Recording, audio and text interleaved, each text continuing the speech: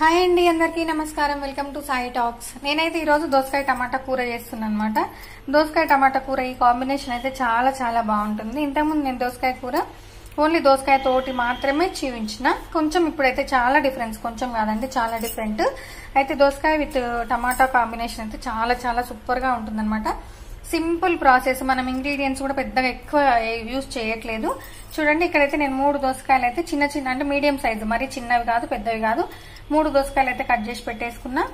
3 టమాటాలు medium size, అవి కూడా చిన్నవి కాదు పెద్దవి కాదు మీడియం.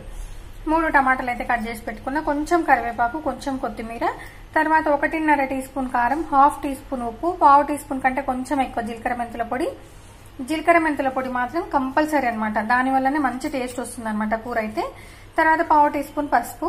ఉప్పు కారాలు మాత్రం మీకు ఒకవేళ తక్కువ కావాలి అంటే తక్కువ వేసుకోండి, ఇంకొంచెం ఎక్కువ కారం తినే వాళ్ళైతే ఎక్కువ కూడా వేసుకోవచ్చు.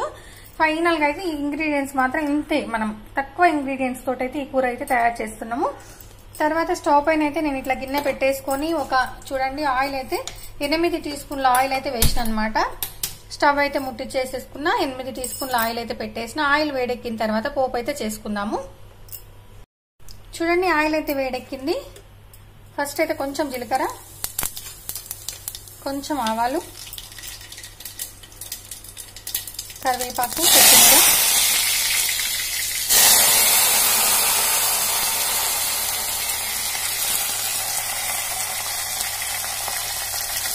తర్వాత మనమైతే దోసకాయ ముక్కలు అయితే వేసేసుకుందాము. చూడండి, దోసకాయ ముక్కలు అయితే వేసేసుకున్న తర్వాత ఒకసారి అయితే మంచిగా కలిపేసుకొని మూత పెట్టేసుకొని మగ్గించుకోవాలి. మగ్గడానికి అయితే కొంచెం టైం పడుతుంది.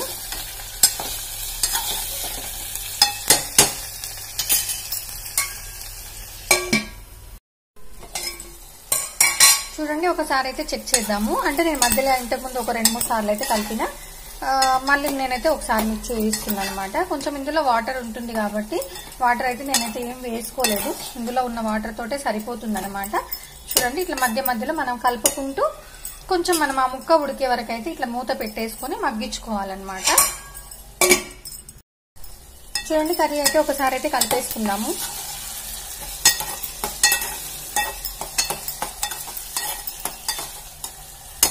ఇంకొంచెం అయితే ఉడకాలి, ముక్క అయితే కొంచెం గట్టిగానే ఉంది.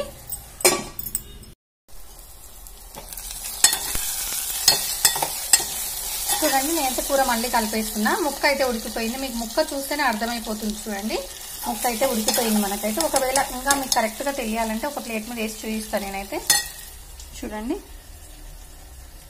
చూడండి ఇట్లా ఉడికిపోతే సరిపోతుంది అనమాట. ఇప్పుడైతే టమాటా వేసేసుకుందాము.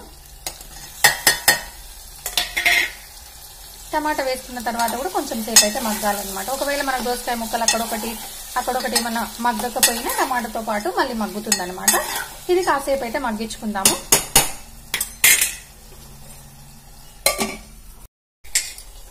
చూడండి, టమాటా వేసిన తర్వాత అయితే నేను మధ్య మధ్యలో అయితే కలుపుతున్నాను నేనైతే. చూడండి, కూర అయితే టమాటా వేసిన తర్వాత కూడా మంచిగా మగ్గిపోయింది కదా. ఈ మాత్రం మగ్గుతైతే సరిపోతుంది.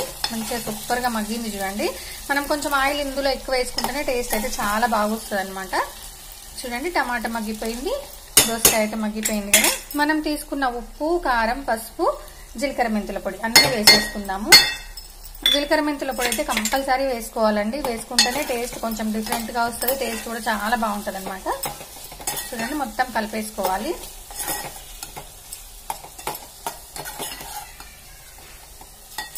టేస్ట్ అయితే సూపర్ గా ఉంటుందండి కూర అయితే. ఇది అన్నంలో, చపాతీలో ఎట్లా తిన్నా చాలా చాలా బాగుంటుంది అనమాట. చూడండి, ఒక్క నిమిషం అయితే మూత పెట్టేసుకొని మగ్గించుకొని స్టవ్ అయితే ఆఫ్ చేసుకుందాము. చూడండి, ఫైనల్ గా అయితే కూర అయితే రెడీ అయిపోయింది, దోసకాయ టమాటా కూర. ఇంకా స్టవ్ అయితే నేను ఆఫ్ చేసేసుకుంటున్నా. చూడండి ఎంత బాగుందో, కలర్ఫుల్ గా, టేస్ట్ కూడా చాలా చాలా బాగుంటది అనమాట. నేనైతే ఒక గిన్నెలోకి అయితే తీసుకొని మీకు చూపిస్తా.